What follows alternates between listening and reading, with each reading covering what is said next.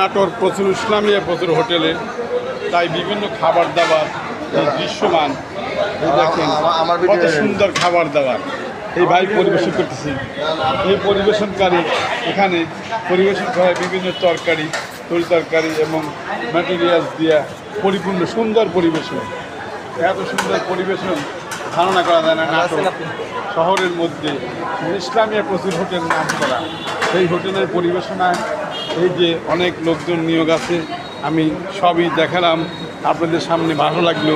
এবং এই হোটেলের খাবারের মান অত্যন্ত সুন্দর, খাবারের মান এবং অনেক ভিড়ও হয়, অনেক প্রচণ্ড ভিড় হয়। এখানে ক্যাশ কাউন্টার, এই ক্যাশ কাউন্টারে এসে বিল দিয়ে যাবেন।